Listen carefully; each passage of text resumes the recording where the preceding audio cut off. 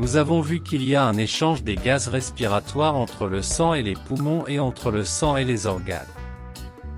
On peut se demander quel est donc le mécanisme d'échange gazeux respiratoire entre le sang et les poumons et le sang et les organes. Découvrons ce mécanisme à l'aide de cet exercice intégré. Le mécanisme des échanges gazeux respiratoires au niveau des alvéoles pulmonaires et au niveau des organes est le principe de diffusion des gaz. Les gaz passent d'un milieu où la pression partielle est élevée vers le milieu où la pression partielle est faible. Cette propagation se maintient jusqu'à ce que les deux milieux soient de même pression. On a comparé le PO2 et le PCO2 entre le sang entrant dans l'alvéole et celui de l'air alvéolaire. B. Flécher la diffusion de dioxyde de carbone en bleu et celle de l'oxygène en rouge entre les alvéoles et les capillaires sanguins. C'est conclure l'importance du renouvellement de l'air alvéolaire. La pression exercée par un gaz donné dans un mélange est connue comme pression partielle. Les mesures de pression peuvent être exprimées à l'aide de différentes unités telles que Pascal, PA, qui est par définition la force exercée par un newton sur un mètre carré.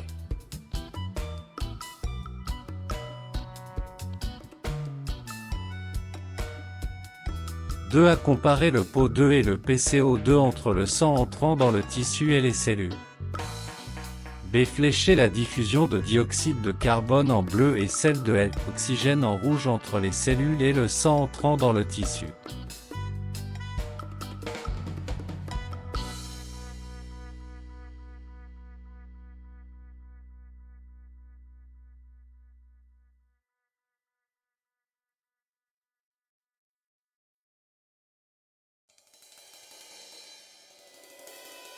Les réponses sont les suivantes.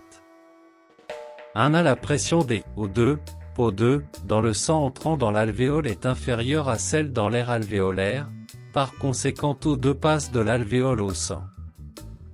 B. La pression du CO2, PCO2, dans le sang entrant dans les alvéoles est supérieure à celle dans l'air alvéolaire, ainsi le CO2 passe du sang à l'air alvéolaire.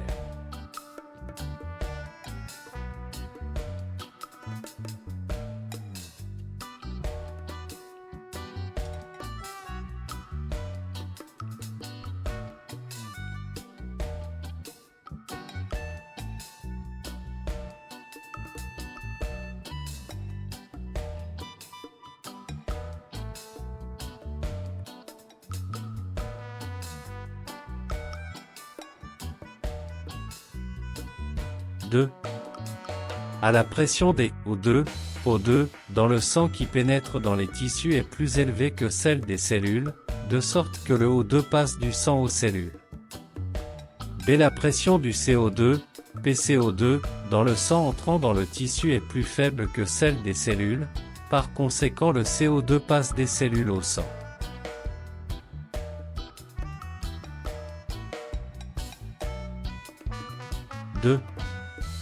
À la pression des O2, PO2, dans le sang qui pénètre dans les tissus est plus élevée que celle des cellules, de sorte que le O2 passe du sang aux cellules.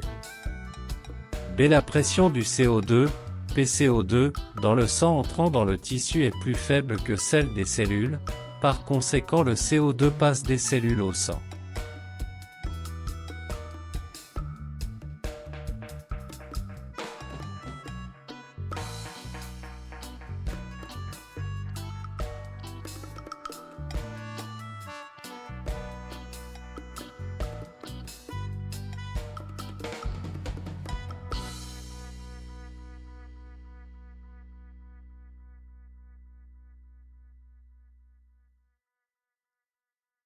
Bilan.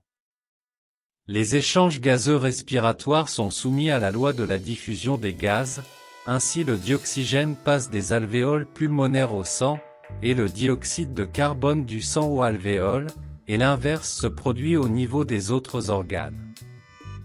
Il est nécessaire de renouveler l'air dans les alvéoles pulmonaires afin de maintenir la différence de pression partielle des gaz respiratoires.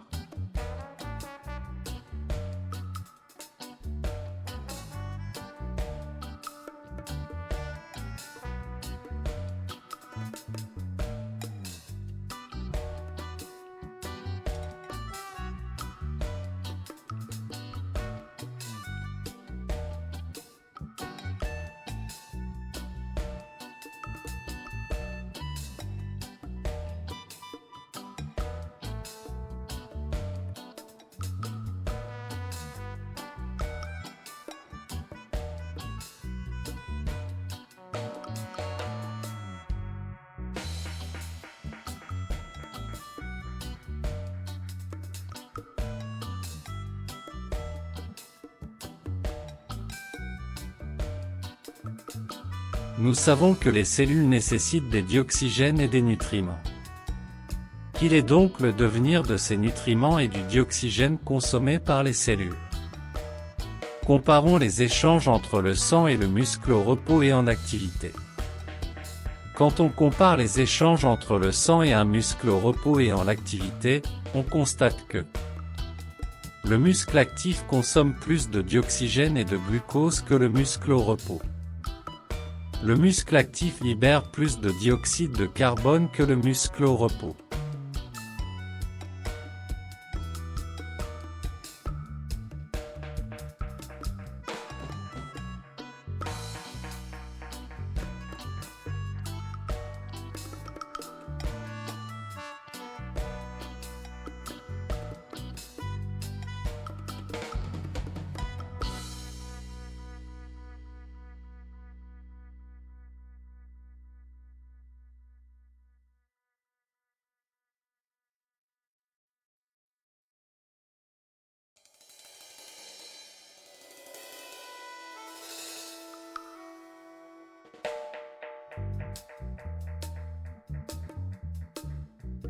Comment est-ce que les cellules produisent de l'énergie?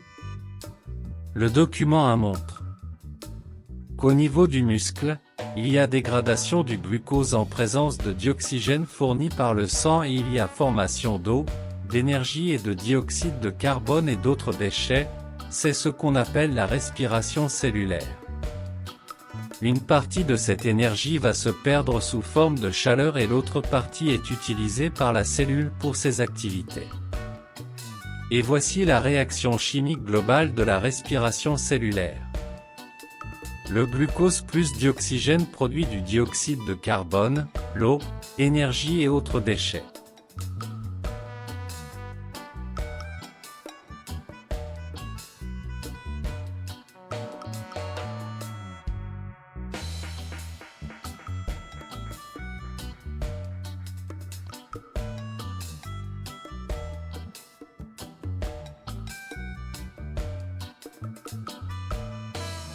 Au début de la leçon, nous avons supposé ce qui suit à propos de l'importance de l'oxygène pour notre corps.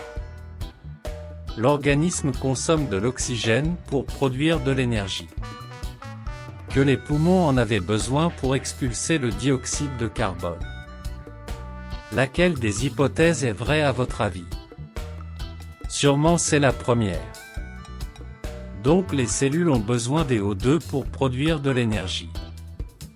Les cellules utilisent donc le dioxygène pour oxyder et dégrader, brûler, les nutriments afin de produire l'énergie nécessaire à diverses activités cellulaires. Par conséquent, les cellules meurent en l'absence d'oxygène.